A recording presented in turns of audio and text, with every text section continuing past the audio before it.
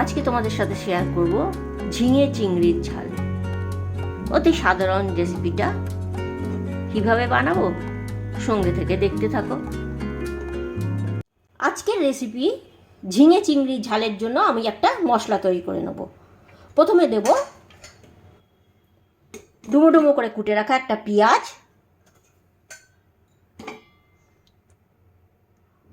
6-7 টুকরো রসুন, 3-4টে কাঁচা লঙ্কা, সামান্য জল দিয়ে এটাকে আমি বেটে নেব। এবার একটা কড়াই গরম বসিয়ে দিয়েছি, আর একটা আলু ঠিক এইভাবে লম্বা করে কুটে রেখেছি, আর ঝিঙেগুলো ছোট ছোট টুকরো করে কুটে নিয়েছি। তেল গরম করে এবারে আমি আলুগুলোকে আগে ভেজে নেব।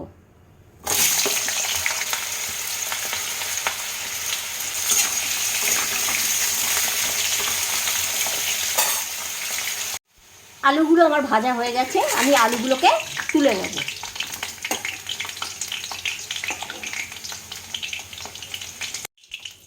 এবার ওই তেলে আমি লবণ আর হলুদ মাখানো চিংড়ি মাছ হালকা করে ভেজে নেব।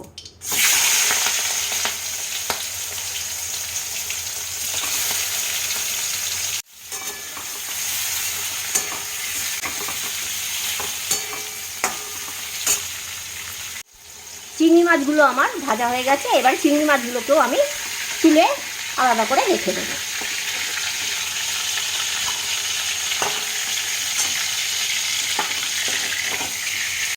এবারে আমি ছোট করে কুটে রাখা ঝিঙেগুলোকে ভেজে নেব।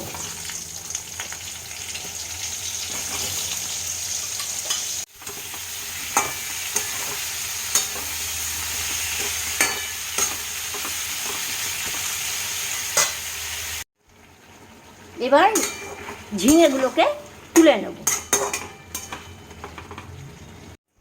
ঝিঙেটা তুলে নেওয়ার পর আমি আরও 1 চামচে তেল গরম করে তার মধ্যে দিয়ে দিলাম কালো জিরে। তারপরে দেব বেটে রাখা পেঁয়াজ, রসুন আর কাঁচা লঙ্কা।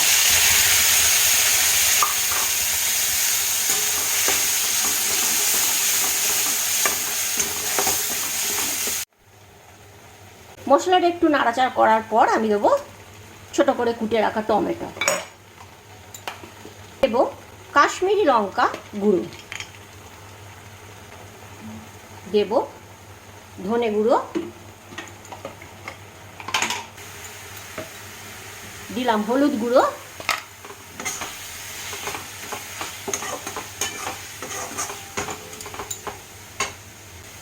দেব স্বাদ অনুসারে লবণ,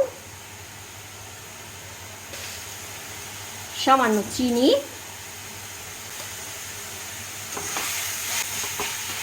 এবার মশলাটা আমি ভালো করে কষে নেব।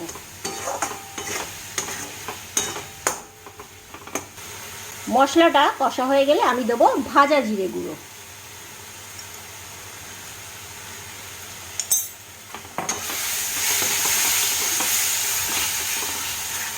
এবারে আমি এর মধ্যে সব একসাথে দিয়ে দেব।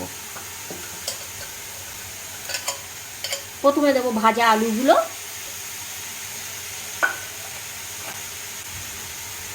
তারপরে দেব ঝিঙে ভাজা, তারপরে দেব চিংড়ি মাছ ভাজা।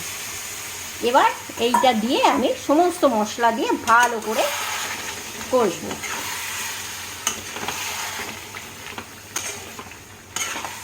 সুন্দর একটা রেসিপি, খুব সহজেই বানালাম। সমস্ত কিছু সেদ্ধ হয়ে গেছে, ঝিঙে, চিংড়ি মাছ, আলু সমস্তই সেদ্ধ হয়ে গেছে। এবারে এর ওপর দিয়ে দেব আমি ধনেপাতা। আমার তৈরি ঝিঙে চিংড়ির ঝাল। কত সহজ না রেসিপিটা? বাড়িতে বানাও আর কমেন্টে জানাও কেমন লাগলো।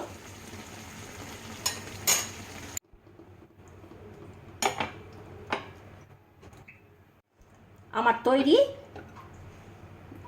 ঝিঙে চিংড়ির ঝাল অসাধারণ একটি রেসিপি, অবশ্যই বাড়িতে বানানোর অনুরোধ রইল। সঙ্গে থাকার জন্য ধন্যবাদ।